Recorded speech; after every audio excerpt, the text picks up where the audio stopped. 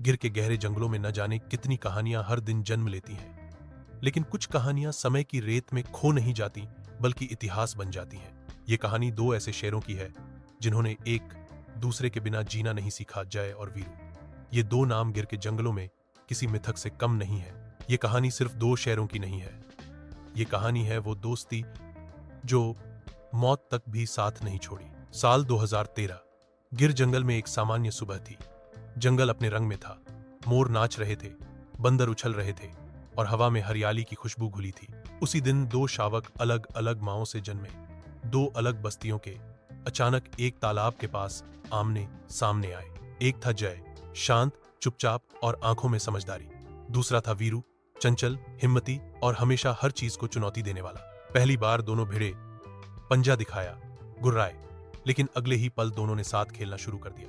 कहते हैं असली दोस्ती झगड़े से शुरू होती है, और जय वीरू ने यह बात साबित कर दी। समय बीतता गया और दोनों शेर किशोरावस्था में पहुंच गए। आमतौर पर शेर बड़े होते ही अपना इलाका बना लेते हैं और अकेले रहते हैं, लेकिन जय और वीरू हमेशा एक दूसरे के साथ रहे। वे मिलकर शिकार करते, साथ ही आराम करते और एक दूसरे की रक्षा करते। उनकी जोड़ी ने जंगल के दूसरे शेरों को भी चौंका दिया था। गिर के वन अधिकारियों ने इन दोनों को नाम दिया जय और वीरू, शोले फिल्म की तरह। एक रात जंगल में हलचल मच गई। बाहर से एक शक्तिशाली शेर का झुंड गिर में प्रवेश कर चुका था।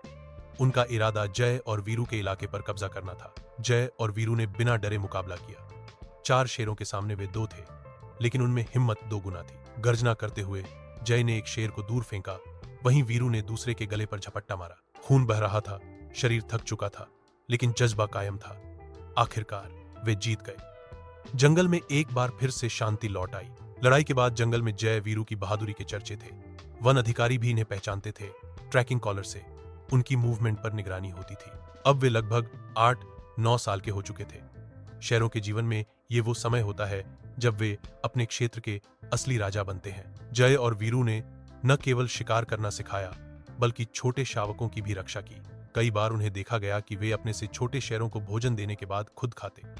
ऐसा व्यवहार शेरों में बहुत दुर्लभ था। जैसे जैसे समय बीतता गया, उनके शरीर में थकान आने लगी। शिकार पहले जितना तेज नहीं होता था, दौड़ने की ताकत कम होने लगी थी। जय अब शांत रहने लगा था। वह अधिकतर समय एक ऊंची चट्टान पर बैठकर जंगल को देखता। वीरू अभी भी थोड़ा सक्रिय था, लेकिन अब उसकी चाल में भी धीमापन था। वन विभाग के अधिकारियों ने नोट किया कि दोनों धीरे धीरे अलग क्षेत्रों की ओर बढ़ रहे थे, लेकिन वे एक दूसरे को कभी भूले नहीं। जून की गर्मी में एक दिन अचानक एक और झुंड जंगल में दाखिल हुआ। इस बार जय और वीरू पहले की तरह मजबूत नहीं थे, लेकिन जब बात उनकी जमीन और जंगल की रक्षा की आई, दोनों फिर से एकजुट हो गए। भीषण युद्ध हुआ। गरजते बादलों के बीच दोनों शेरों ने दुश्मनों को रोकने की भरसक कोशिश की। वीरू इस बार गंभीर रूप से घायल हो गया। उसकी जांघ में गहरी चोट आई और वह दौड़ नहीं पा रहा था। जय ने उसे बचाने की कोशिश की, लेकिन कई शिकारी शेरों ने मिलकर जय को भी घायल कर दिया। इस बार हालात अलग थे। दोनों शेर अलग हो गए। वन विभाग की टीम ने वीरू को गंभीर हालत में खोजा। उसे तुरंत रेस्क्यू किया गया और इलाज शुरू हुआ, लेकिन उसकी चोटें बहुत गहरी थीं।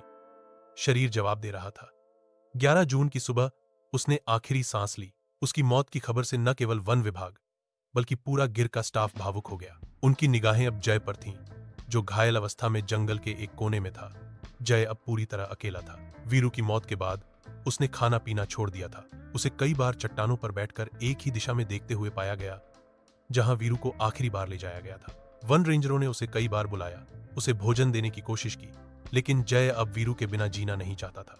29 जून को वो भी मृत पाया गया, उसी चट्टान के नीचे, जहां वो और वीरू अक्सर सूरज डूबने का नजारा देखा करते थे। गिर के इतिहास में पहली बार 2 शेरों की कहानी को पूरी श्रद्धा और आदर के साथ विदाई दी गई। उनके लिए जंगल में विशेष रूप से एक जगह बनाई गई, जहां पत्थर पर उकेरा गया, जय और वीरू, 2 जिस्म एक आत्मा।